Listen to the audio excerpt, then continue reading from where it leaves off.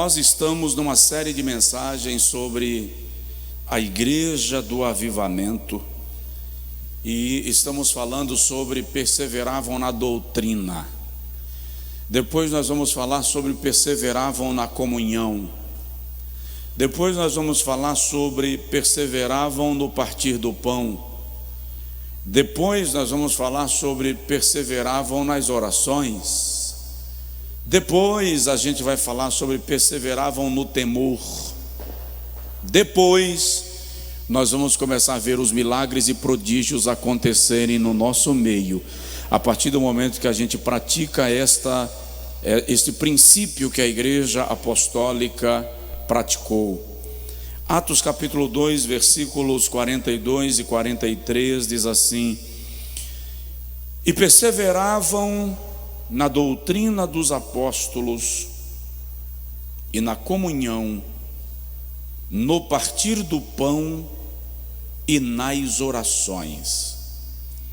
E em cada alma havia temor, e muitos prodígios e sinais eram feitos pelos apóstolos. Todos podem dizer amém? Nós vamos refletir um pouco mais sobre obediência à sã doutrina. Desde algumas semanas atrás, eu comecei a falar sobre a Igreja do Avivamento,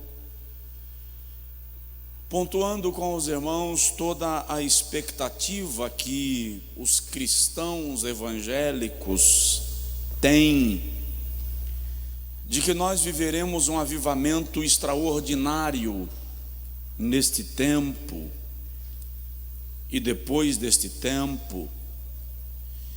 E quando me perguntam se também eu creio assim, a minha resposta indiscutivelmente é afirmativa. Também creio que a igreja vai viver um grande avivamento. Eu vou repetir porque só 2 ouviram, então eu também creio que a igreja vai viver um grande avivamento. Os que estão em casa podem dizer amém. Eu não ouço, mas é profético. Eu só não sei se esse avivamento vem no formato que a gente está criando como expectativa, mas ele vem. Eu creio em conversões em massa. Eu creio numa igreja que será mais envolvida com a oração. Eu creio em ministros mais leais ao propósito do reino, do evangelho e ao próprio ministério. Eu creio em crentes tomando conta das ruas e simplesmente orando sem precisar de uma convocação. O irmão parar o carro em algum lugar da avenida e começar a orar sem precisar ser convocado para isto. Eu creio num avivamento que levará a igreja a se preocupar mais com o necessitado e menos com o império pessoal. Eu creio num avivamento que nos dará mais ousadia na oração pelos enfermos. Eu creio em tudo isto. E estudando esse texto nas semanas anteriores, revendo, relendo, porque houve um período que eu ministrei sobre esse texto aqui, mas com outra mentalidade, com outra visão, com outra perspectiva. E sempre as pessoas me perguntaram, e eu sempre me perguntei também,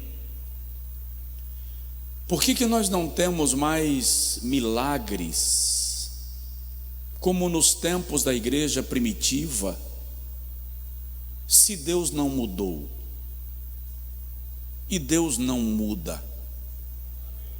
O que falta? Aí alguém me diz, falta fé. E eu não concordo com esta resposta, porque não falta fé. Quantas pessoas aqui creem que Deus cura o enfermo de qualquer enfermidade? Ele pode fazê-lo. Levanta a mão. Não é falta de fé. Falta oração. Não, não falta oração. É possível que alguns de nós quase nem orem. Mas eu conheço pessoas que oram e levam muito a sério a vida de oração. Que oram muito. Eu conheço algumas pessoas que têm uma vida de oração tão constante, tão disciplinada, que eu chego a pensar que existe um ministério de oração exclusivo, alguém que foi chamado e apaixonado por Deus, marcado por Deus para orar. E entendo que a igreja precisa começar a levar a sério aqueles que são intercessores disciplinados na casa do Senhor. Então não é falta de oração. E quando reli esse texto para iniciar esta série de reflexões aqui com os irmãos, eu me deparei com o versículo 43. O versículo 43 diz que o Senhor fazia muitos sinais e muitos prodígios pelos apóstolos. Se nós formos ao capítulo 5, vamos observar que milagres na igreja apostólica eram tão normais que eles colocavam os enfermos na calçada para que a sombra de Pedro os cobrisse. Em Atos 19, a gente vê outra vez, milagres eram tão normais para eles, que Paulo não pode ir orar pelo enfermo e manda o próprio lenço, manda o avental, e o enfermo era curado. Então, por que nós vivemos uma escassez de milagres e prodígios na igreja do nosso tempo? Lendo este versículo, o Espírito Santo me trouxe uma resposta. Olha o que o versículo diz: e perseveravam na doutrina dos apóstolos, e na comunhão, e no partir do pão, e nas orações, e em cada alma havia temor, e muitos prodígios e sinais se faziam por meio dos apóstolos. Antes dos sinais e dos prodígios, eles perseveravam na doutrina, na comunhão, no partir do pão, nas orações e no temor. Nós queremos os milagres sem a obediência à doutrina, sem a comunhão, sem o partir do pão, sem as orações e sem o temor. Nós queremos o milagre de qualquer jeito. Nós queremos o milagre ao nosso modo. E aquela igreja vivia milagres como consequências da sua postura de perseverança. É isto que nós precisamos aprender. E nas 2 primeiras semanas eu ministrei aqui sobre posicionamento radical, porque a ideia de perseverar, eu fui pesquisar, bisbilhotar e folhear. Perseverar aqui é não abrir mão, não negociar, não flexibilizar naquilo que se diz respeito ao que foi aprendido do ensino do Senhor Jesus. O posicionamento daqueles irmãos em relação à doutrina era radical. É isso aqui que eu vou viver para a minha vida, é isso aqui que eu vou aplicar na minha vida. Tão radical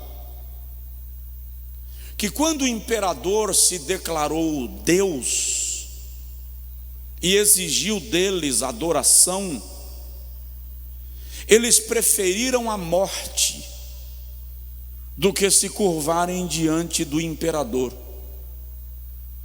Era um posicionamento radical. Já estudei com os irmãos ao longo de 3 semanas anteriores sobre a fundamentação na doutrina dos apóstolos. O que é?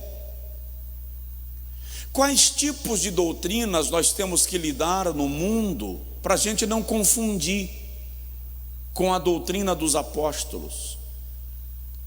E estudamos sobre a obrigação, o dever que os líderes têm de pregar essa doutrina, porque para a igreja perseverar nela, é preciso que aqueles que ministram a palavra se sintam comprometidos com essa sã doutrina, a ponto de pregá-la e experienciá-la em sua própria vida.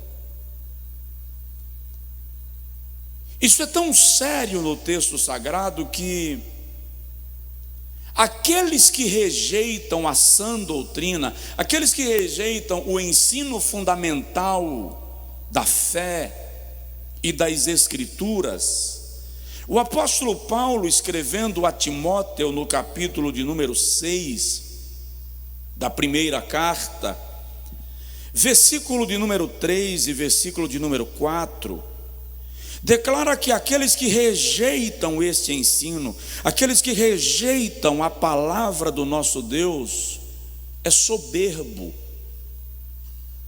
orgulhoso, jactancioso. Ele chega a chamá-los de falsos mestres.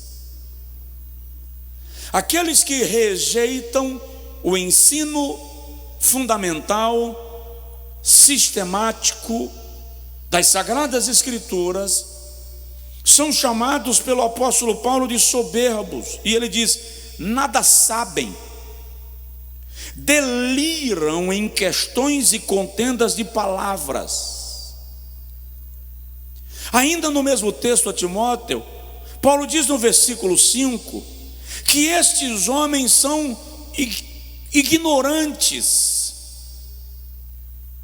cuidam viver a piedade, mas como objeto de lucro. Além de chamá-los de ignorantes, Paulo chama-os de contenciosos. Gostam de contender, de confusão, de discutir para esboçar conhecimento, mas a intenção não é viver a piedade. O apóstolo João, na sua primeira epístola, capítulo de número 1, diz que nós não devemos nos reunir com aqueles, versículo 10, que decidem rejeitar o ensino do Senhor. E Paulo é muito radical. Paulo diz que nós devemos evitar aqueles que gostam de contender. Contender aqui não é brigar, não é disputar. Contender aqui é debater, esboçar conhecimento apresentando inverdades acerca do que é verdadeiro. Paulo está falando daqueles que conhecem a sã doutrina, mas decidem desconstruí-la. Olha o que ele diz aos Romanos no capítulo de número 16, vamos lá, Romanos capítulo de número 16, versículo de número 17 e 18, Paulo diz assim: rogo-vos, irmãos, que noteis os que promovem dissensões e escândalos contra a doutrina que aprendestes, e desviai-vos deles, porque os tais não servem a Cristo nosso Senhor, mas ao seu próprio ventre, e com palavras suaves e lisonjas enganam os corações dos inocentes, daqueles que não sabem discernir a verdade, daqueles que não têm conhecimento para discernirem o ensino da verdade. De modo que, quando o indivíduo decide viver à margem do que em Atos 2,42 é chamado de doutrina dos apóstolos, o tal torna-se um tumor no ambiente da igreja, enferma os demais, adoece os demais. Quando nós vamos observar a Bíblia Sagrada, a gente percebe que um dos segredos do sucesso, um dos segredos da bênção de Deus na vida dos homens, cujos nomes estão registrados nas Sagradas Escrituras, é a obediência. A ponto de Samuel dizer para Saul, 1 Samuel 15, 22 e 23, obedecer é melhor do que sacrificar. Estava observando quando Deus chama Abraão e faz Abraão caminhar sem saber para onde ia. Olha que negócio. Deus faz Abraão caminhar sem saber para onde ia, sem conhecer o seu destino. Hoje, quando você vai viajar, você acessa a internet até para saber como está o trânsito. Abraão sai sem saber para onde vai, e lá na frente, a gente fala sempre do sacrifício de Abraão em Gênesis 22, e sem dúvida esse sacrifício ganha poder, presença, vulto na história, porque ele simboliza o sacrifício de Cristo, é a entrega do próprio Filho no altar, e isso não pode ser subestimado, diminuído, isso é extraordinário. Mas antes disso tem um outro sacrifício que Deus ordena a Abraão, e que não era só para Abraão, era para todo homem que nascesse da sua descendência, e todo escravo que habitasse na sua casa. A prática da circuncisão era para novos e velhos. A partir da aliança que Deus faz com Abraão, mesmo os idosos da sua casa precisariam se circuncidar. Quando a família de Siquém faz uma aliança com a família de Abraão, já na dinastia, já na geração de Jacó, para que Diná se casasse com Siquém, toda a nação de Siquém teve que se circuncidar. E isso não era um processo simples, era um processo doloroso, inflamatório, febril. E se eles quisessem aliança com Deus, teriam que se submeter. Diga comigo, uma aliança com Deus tem regras. E eu estava dando uma lida, o Senhor diz assim: olha, Abraão, os recém-nascidos serão circuncidados no 8º dia. Circuncida logo assim que nascer, no 8º dia. Por que não no 1º? Por que a parteira não fazia logo a circuncisão? Porque o organismo, e olha só, é incrível, Abraão não sabia disso. Isso é uma descoberta da ciência moderna. O organismo humano produz uma vitamina chamada vitamina K, que é altamente coagulante. Só que nos 3 primeiros dias de nascido, a vitamina K ainda não foi produzida no organismo em quantidade suficiente para evitar uma hemorragia. Ela está em níveis abaixo de 30%. No 4º, 5º e 6º dia, ela chega a níveis de 100%. Mas no 7º dia, a vitamina K alcança um pico de 110% de aumento. Por que Deus manda fazer a circuncisão no 8º dia? Porque no 8º dia o organismo tinha vitamina K de sobra para fazer um procedimento como este e a criança não entrar num processo hemorrágico. Também é no 8º dia que o organismo produz uma vitamina chamada protombina, responsável por liberar por meio do sangue substâncias que reduz a possibilidade de infecção, de inflamação. Então Deus diz assim: circuncida a criança no 8º dia. Abraão não sabe porque no 8º dia, mas Deus sabe. Abraão apenas obedece, e nenhuma daquelas crianças morrem de infecção, de inflamação, de hemorragia, porque se você obedecer a Deus naquilo que Ele te mandar fazer, ninguém morre quando você cumpre aquilo que Deus te mandou cumprir. Apenas obedeça, ninguém vai morrer, apenas obedeça.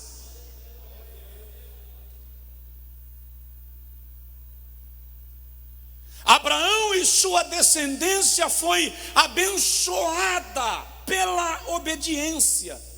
O incrível é quando Deus te manda fazer algo, como é o caso de Abraão, e você não sabe por que Deus está mandando. Porque não seria mais prático? A parteira já está aqui. Faz logo. A criança já está chorando mesmo. Faz logo. Mas Jeová estabeleceu o dia porque Ele conhece o dia, a hora, o momento. Porque Ele conhece você, Ele conhece teu organismo, Ele conhece a tua estrutura. Eu acho lindo quando Davi diz no Salmo 104: o Senhor conhece a nossa estrutura e se lembra que nós somos pó. Um outro camarada que foi abençoado pela obediência foi José. José é tão abençoado por meio da obediência que ele sai do poço onde seus irmãos o lançaram para ser escravo. Tá, pastor, qual é a vantagem mesmo de sair? Qual é a promoção de sair do poço para ir para o mercado de escravos? No poço você estava sentenciado à morte. Ir para o mercado de escravos já garantiu que você vai ficar vivo. Já deu um passo. Os irmãos de José pensavam que estavam desterrando José para nunca mais vê-lo. Mas aquilo que para os teus inimigos é caminho de derrota, no plano de Deus é caminho de promoção. Deus está te levando para o lugar que Ele pretende te colocar. Você não está vendo, você não está enxergando, é tudo trágico. Eu estou sendo vendido como mercadoria pelos meus próprios irmãos, estou sendo levado para uma terra distante onde eu não conheço nada e ninguém. A língua era outra, o idioma era outro. José chega no mercado e é comercializado, mas agora outro passo no degrau. Ele não é mais uma mercadoria no mercado de escravos. Agora ele é servo do chefe do exército do faraó. Parece que não, mas José está galgando degraus. Na casa de Potifar, a mão de Deus está sobre ele de tal modo que Potifar percebe que tudo que José coloca a mão prospera, porque quando Deus te abençoa, Ele faz aqueles que precisam ver a bênção dele sobre a tua vida. Eles começam a perceber. Potifar chama José e diz assim: quer saber? Eu já vi que onde você coloca a mão cresce, onde você coloca a mão aumenta, onde você coloca a mão dá certo. Então eu vou te colocar como gerente de todos os meus negócios. Subiu. Só que José tem um problema. A mulher de Potifar resolve seduzir José. José rejeita, mas é acusado e jogado na prisão. Pronto, voltou para estaca zero. Potifar nunca apresentaria José a Faraó. Jeová só levou José para ficar do lado do homem da confiança do Faraó. Era o copeiro do rei, era o cara que bebia a bebida do rei antes de o rei tomá-la, era o cara que comia a comida do rei antes de o rei prová-la. Deus tirou José da casa de Potifar para colocá-lo perto do homem que o apresentaria a Faraó. Presta atenção, às vezes o que você chama de descambar, às vezes o que você chama de despencar, às vezes o que você chama de descer degrau, é Deus te colocando perto da pessoa que vai te apresentar ao teu próximo nível.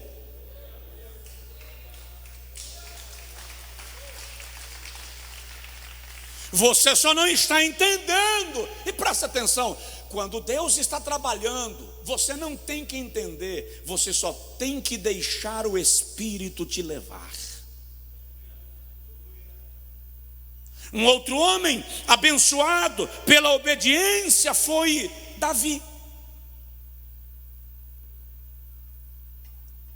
Segundo Samuel capítulo 5. Davi é o único rei de Israel que é ungido 3 vezes. Ungido quando era menino, depois ungido para ser rei sobre as 2 tribos de Benjamim e de Judá, em Hebrom, depois ungido a 3ª vez para ser rei sobre todo Israel. Quando ele é ungido a 3ª vez, a Bíblia diz que os filisteus subiram contra ele para prendê-lo. Eu gosto desse texto e tem uns detalhes nesse texto que são muito extraordinários. Os filisteus subiram para prendê-lo. Está escrito assim: os filisteus subiram para prendê-lo. Davi então desceu à fortaleza e orou. Desceu como? A fortaleza dos reis da terra era subindo, a de Davi era descendo, era na caverna de Adulão. Ele ora e o Senhor diz assim: vai, luta contra os filisteus e eu vou te dar vitória. Davi obedeceu, foi, lutou, venceu e trouxe os despojos. A Bíblia diz que 1 ano depois os filisteus se reuniram todos. Na primeira vez diz que os filisteus subiram, agora diz que subiram todos. Na primeira vez a Bíblia diz que eles vieram para prendê-lo. Na segunda vez diz que vieram para matá-lo. Na primeira vez diz que Davi desceu à fortaleza e orou. Na segunda vez diz que ele desceu à fortaleza e chorou. Mudou o nível do problema, mudou o nível da postura. E o Senhor diz a Davi: agora você não vai lutar, agora você foge. Irmão, olha bem para mim. Sabe o que significa dizer a Davi: foge? Eu não fugia de filisteu nem quando eu era menino, pastor de ovelhas. Eu não fugia de filisteu nem quando eu estava fugindo de Saul. Agora que eu sou o rei, que eu tenho todo o exército de Israel sob meu comando, o Senhor me manda fugir. Foge, vaza, perna para que te quero. É só ler o texto. Foge e te esconde. E Davi foge e se esconde. E eu não sei quantos dias passaram, mas acho lindo quando Jeová diz assim: Davi, quando você ouvir o mover da copa das amoreiras, e não é um movimento qualquer, a copa das amoreiras vai mexer em ritmo de exército em marcha. Quando a copa das amoreiras começarem a marchar, levanta e vai à peleja, porque eu já fui na tua frente para te dar vitória contra os filisteus. E quer saber? Você vai encontrar os filisteus dando trabalho a Davi esses anos todos, mas depois disso aqui, os filisteus nunca mais voltaram para atacar Davi, porque quando você vence, o inimigo se reorganiza e vem de novo. Mas quando Jeová vence por você, é cabal, é terminal, é definitivo, é de uma vez por todas, porque ele tem o controle de tudo e de todos. Então, obedece. Vamos lá. Moisés, abençoado pela obediência. De modo que, Deuteronômio, capítulo 32, versículo 30 a 35, você vai encontrar Moisés recebendo de Deus a aprovação do seu ministério, porque obedeceu. Agora, se eu serei abençoado pela obediência, e se a Bíblia diz que eles perseveravam na doutrina, o que a doutrina representa para que eu seja abençoado? Pelo simples fato de cumpri-la. Irmão, o que eu e você precisamos começar entendendo é o seguinte: não é ritual, é doutrina, não é legalismo, é fundamentação da nossa fé. A sã doutrina não é regra religiosa, é princípio de vida espiritual. Quer ver?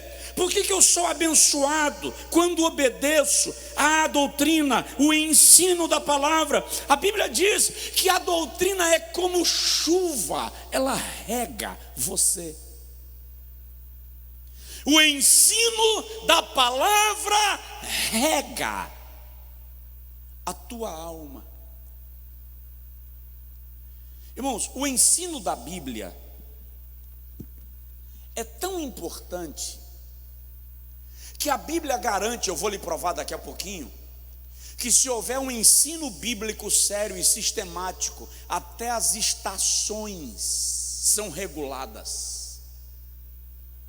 Joel capítulo 2, versículo 21 a 23, o Senhor diz assim: e eu vos enviarei ensinador de justiça, e com ele a chuva a seu tempo, a temporã e a serôdia. A chuva temporã era do mês de fevereiro, era a chuva que regava a terra para o plantio. A chuva serôdia era a chuva de outono, preparava a lavoura para a colheita. Aí o Senhor diz assim: eu vou mandar o ensinador, e quando eu mandar o ensinador, eu trago com ele a chuva que regula o tempo e a estação. Aí o Senhor diz: e as eiras se encherão de trigo, e os lagares transbordarão de mosto e de azeite, e eu vos restituirei o tempo que foi consumido pela crise. Quando há ensino de justiça, ensino equilibrado, as estações são reguladas, a restauração e a restituição acontecem, e o tempo que parece perdido, Jeová faz a contagem se organizar e tudo volta para o seu lugar.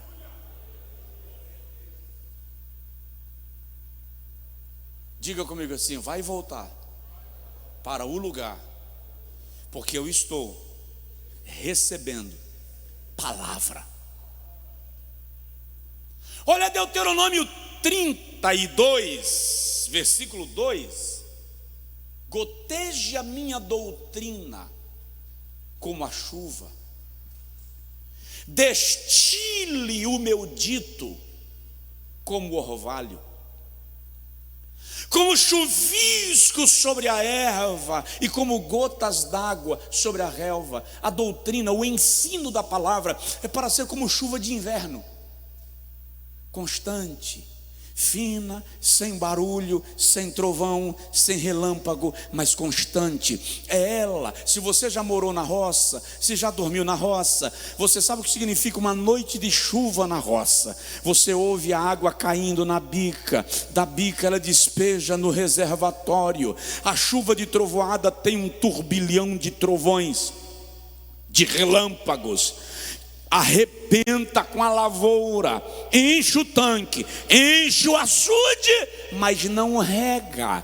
A doutrina, o ensino de Deus é como a chuva de inverno regando a tua vida, fortalecendo a tua fé. É lamentável que eu viva numa geração, talvez eu tenha inclusive nascido na geração errada, mas eu vivo numa geração que gosta de oba-oba, de blá blá blá, de pregaçãozinha para agora, que o resultado seja agora, que a coisa seja para agora. Oh, aleluia, que coisa linda, o culto da minha vida. O que vale é a foto, o que vale é o riso, o que vale é a postagem e a curtida. Mas aqueles que querem crescer na graça não estão se importando muito com o resultado imediato, porque o que faz efeito é aquilo que vai continuar germinando dentro da minha alma e provocando uma mudança contínua na minha existência.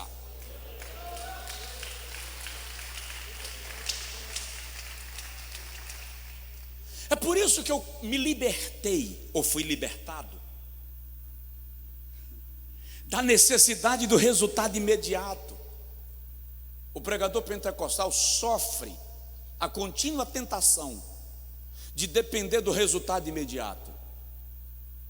Ele precisa da resposta na hora, ele precisa da reação na hora, do batismo no Espírito Santo na hora, do povo caído no chão na hora, ele precisa do povo aplaudindo na hora. Mas nós precisamos aprender que o na hora não é o que define. O que define é o que vem a partir daí.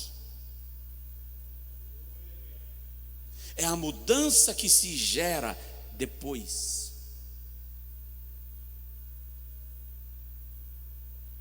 Terminei de pregar um dia no Centro de Convenções em Salvador. E quando eu desci do púlpito, eu fui abordado por um obreiro. E ele, de maneira meio brusca, me puxou pelo braço. Ele me puxou para trás tinha uma cortina grande, estendida, e ele me puxou para trás da cortina. Cá entre nós, não conta para ninguém. Eu tenho uma certa dificuldade da pessoa vir conversar comigo e vir me arrastando pelo braço. E se puxar meu paletó, então eu preciso muito de oração. Eu digo na hora: Jesus, guarda teu servo, ajuda teu filho, converte, aleluia. E ele me puxou. E ele disse assim: o senhor não lembra de mim? Eu disse: realmente não. O senhor pregou numa cidade chamada Aporá. Lembro, deve ter uns 20 anos. O tema da sua mensagem foi os 4 gemidos do universo. Eu disse: lembro. Aí ele disse: o senhor pregou sobre o gemido do Espírito, o gemido da igreja, o gemido da natureza. Eu não lembro do outro. 76 pessoas aceitaram a Jesus como Salvador. Eu disse: isso eu não lembro. E ele disse: foi na praça. Se lembro vagamente, pois eu fui um dos convertidos. Eu era chefe de uma quadrilha de assalto a bancos. E nós estávamos reunidos numa casa, na praça, planejando um assalto ao banco que aconteceria naquela madrugada. Cheirando cocaína, bebendo muito e planejando o assalto, quando você falou sobre o gemido do Espírito Santo pelo pecador, o gemido entrou na minha alma. Eu ouvia o gemido dentro de mim. Ele disse: você fazendo o apelo e o gemido dentro de mim. E eu corri, larguei meus colegas na sala e corri para a praça e entreguei a minha vida a Jesus. Só que a polícia já estava acompanhando aquela quadrilha. Aí ele disse: E naquela noite eu fui seguido e fui alvejado com X tiros, não lembro mais a quantidade. Fui levado para o hospital e fiquei na UTI. Aí ele arrancou a roupa e mostrou as marcas dos projéteis de tiro no corpo e disse: da UTI eu saí para a cadeia, na cadeia eu permaneci firme na fé em Cristo Jesus, cumpri pena, hoje eu estou sob condicional, mas eu sou presbítero na minha igreja e dirijo os cultos na penitenciária onde eu fiquei preso. Ou seja, a doutrina que goteja como a chuva vai gerar resultados de longo prazo. As circunstâncias vão mudar, mas a palavra vai permanecer gerando vida em alguém.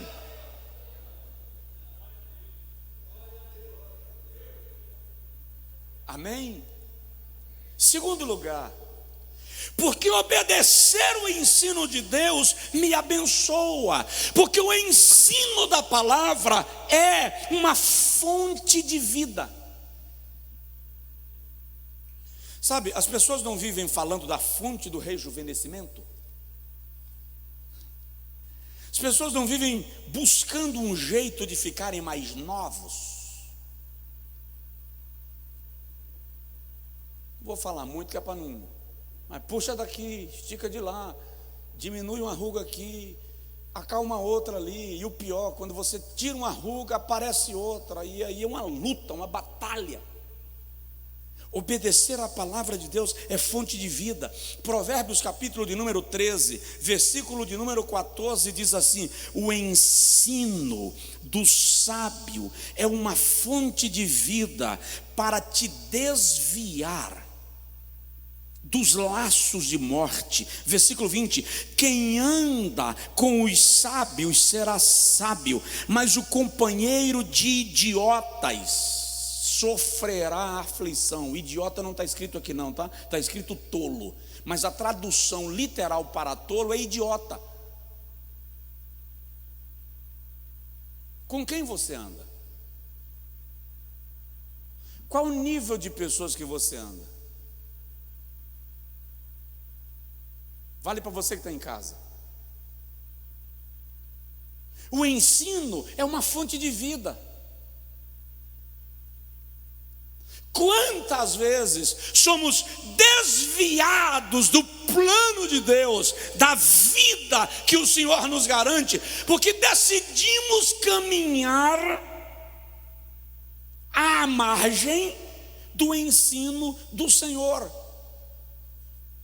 Isso é tão poderoso que em Provérbios 4, o sábio diz assim: adquire o conhecimento com tudo que você possui, adquire o entendimento, honra a sabedoria e ela te honrará, e ela te vestirá de graça e colocará sobre a tua cabeça uma grinalda de graça, de carisma. Ou seja, o ensino do Senhor é uma fonte de vida. Bem-aventurado aquele que decide viver segundo a palavra de Deus. Profetiza aí para alguém, se não tiver ninguém perto de você, profetiza para quem está longe, aponta o dedo. Ele não vai ler seus lábios, porque você está de máscara, mas ele sabe o que você vai dizer. Você vai viver muito. Você vai viver muito.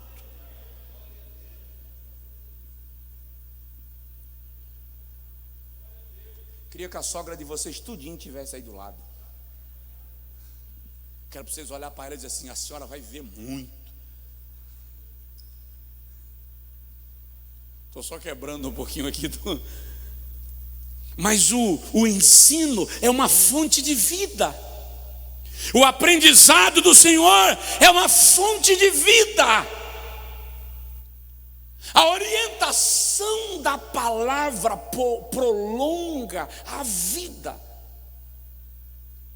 Terceiro, o ensino da palavra, o permanecer na doutrina, te fará mais sábio. Te fará mais sábio. Presta atenção, eu não estou falando de conhecimento. Os estudiosos da mente humana dizem que tudo que você recebe numa pregação, numa palestra, num seminário, num curso de preparação é informação. Informação. Informação só se torna conhecimento quando você coloca em prática. Então tudo que eu estou pregando aqui, se não for posto em exercício, é só informação. Se for posto em prática, virou conhecimento. E o conhecimento se torna sabedoria quando se transforma em cultura, quando vira hábito. Aquilo que eu decido integrar ao meu estilo de vida se transforma em sabedoria. Paulo diz a Timóteo na segunda carta, capítulo 3, versículo 15, assim: desde a infância sabes as sagradas letras que podem fazer-te sábio e entendido para a vida eterna. Toda a Escritura é divinamente inspirada e proveitosa para ensinar, para corrigir e para redarguir em justiça, a fim de que o homem de Deus seja perfeitamente preparado e aperfeiçoado para toda boa obra. Então o ensino da palavra prepara e aperfeiçoa. Jesus olha para os fariseus e doutores da lei, e eu acho legal algumas colocações de Jesus.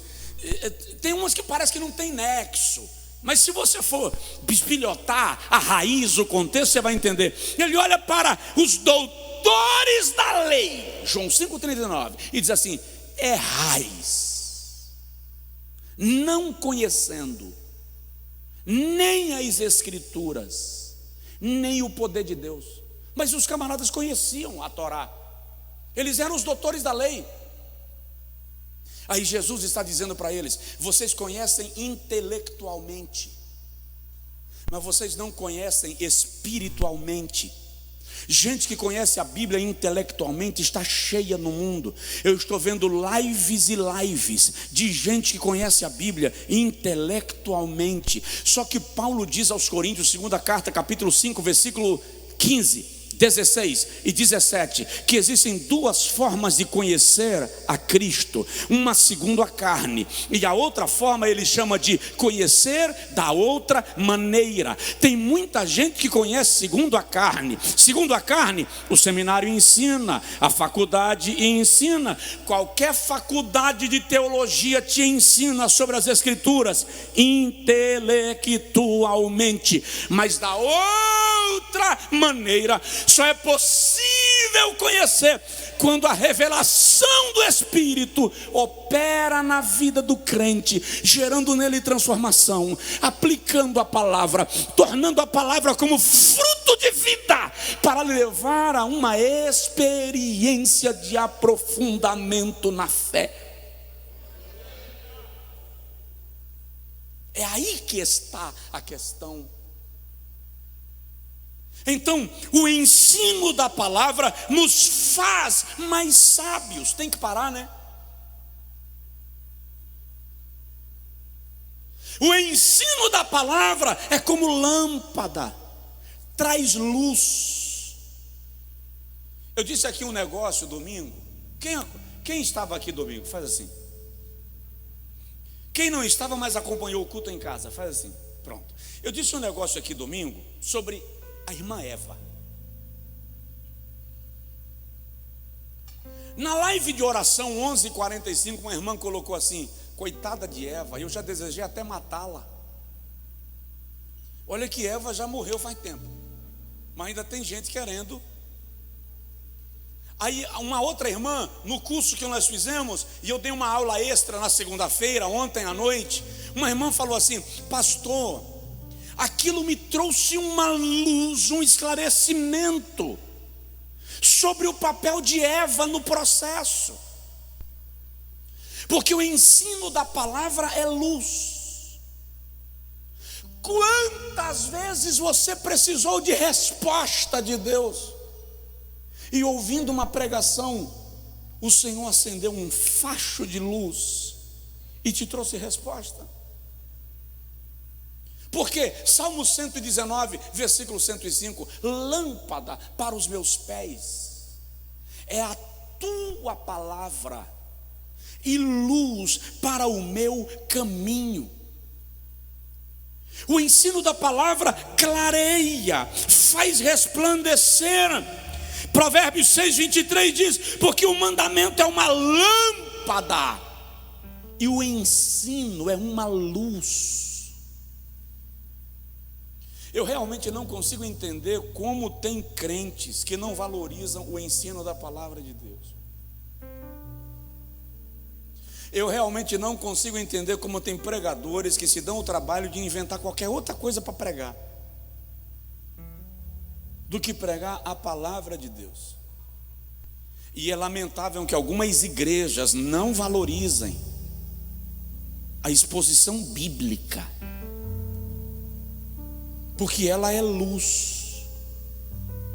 Fui pregar numa igreja uma certa feita. Estudei, porque quando eu vou ministrar, normalmente eu sento para queimar a pestana, estudar, pesquisar, elaborar e rabiscar, e às vezes eu viro à noite buscando entender para ministrar 30 minutos, 40 minutos, 1 hora. Quando eu cheguei naquele culto, eu não vou dizer onde, claro, que eu fui acompanhando o culto, eu entrei em conflito. Eu falei: Jesus, eles não vieram para ouvir uma pregação,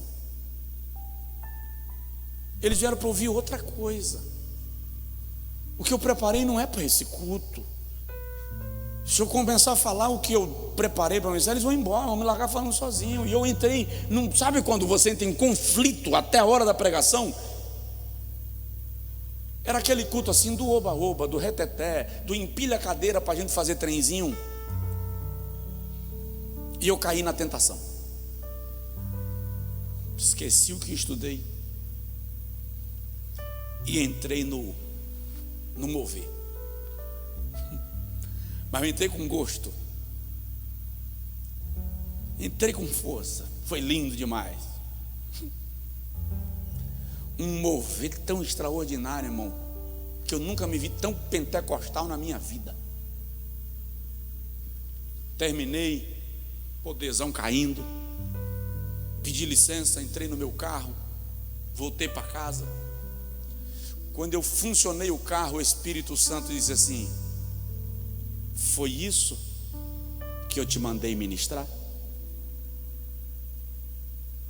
Agora o conflito foi outro. 1 hora e pouquinho de viagem, com a minha alma sendo fustigada porque não ministrei a palavra. Mais ou menos assim, você coloca o almoço na mesa, quem tem filho, criança, adolescente, sabe como funciona isso? Você colocou o almoço na mesa, mas o menino descobriu que tem bolo, aí não quer mais o almoço, quer bolo. Você preparou o almoço, mas o menino lembrou que tem uma pizza na geladeira e invocou que é a fatia da pizza gelada. Aí, em vez de dar o almoço, você dá para ele a pizza. Aquele hambúrguer que já está esturricando, porque tem 3 dias na geladeira, que pediu e ninguém quer comer. Então, em vez de dar o almoço, você dá o bendito do hambúrguer, dá a bendita da pizza. Foi isso que eu fiz. Eu tinha um almoço, mas as crianças queriam pizza gelada. E para facilitar, evitar chororô de criança, criança reclamando, criança sapateando, esperneando: ai, come a pizza, que eu não estou com paciência para a criança chorando hoje. Todo pai e toda mãe já se viu nessa bifurcação. Servi pizza, mas Deus queria dar para eles almoço. Eu lembro agora de um pregador que está na lista, na galeria dos heróis da fé, que ele foi pregar uma certa feita numa aldeia, em algum lugar da Europa, e ele não ministrou aquilo que Deus havia posto no coração. Como tinha 3 dias, no primeiro dia ele resolveu pregar alguma coisa que satisfizesse o povo, e ele disse para si mesmo: amanhã eu faço o que Deus me mandou. E foi dormir. Naquela noite houve um incêndio na aldeia. Os habitantes da aldeia todos foram mortos por aquele incêndio. E ele não teve o outro dia. Então, se Deus colocou uma palavra para ministrar, não deixe para o outro dia.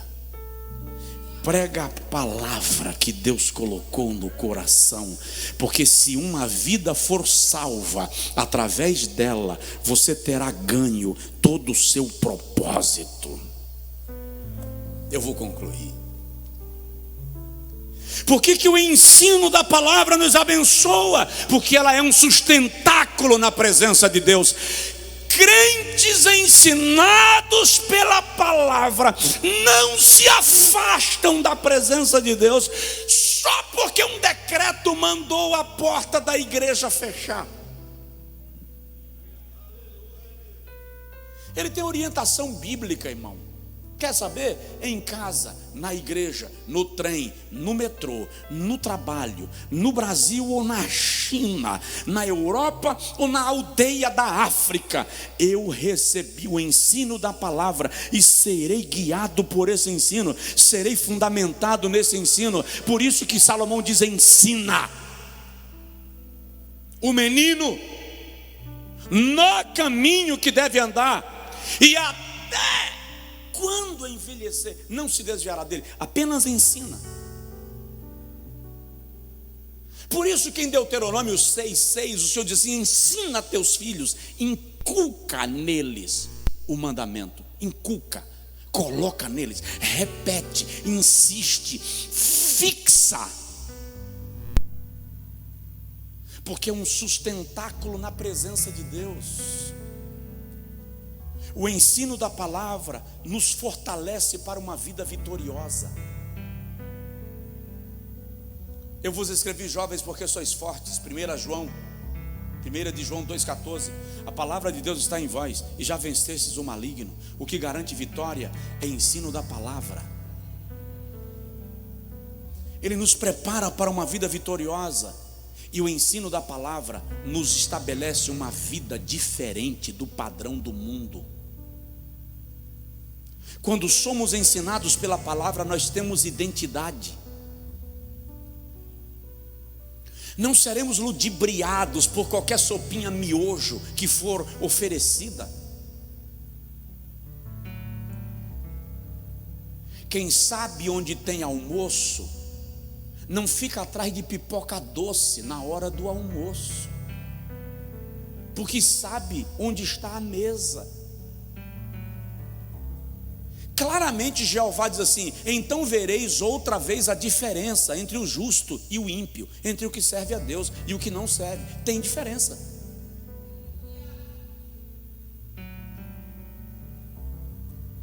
E essa diferença é estabelecida pela identidade cristã que a palavra de Deus, que o ensino da palavra gera em nós. Ela nos torna diferentes do padrão do mundo e nos leva para um padrão de Cristo. Perseverar é permanecer naquilo que aprendeu. Não se deixar influenciar por qualquer vendaval.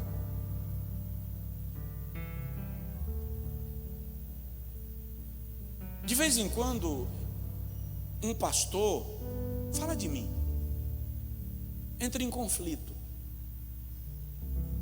Não faz muito tempo que um casal me procurou na igreja, que começou a ser discipulado pela televisão, por meio de um líder de uma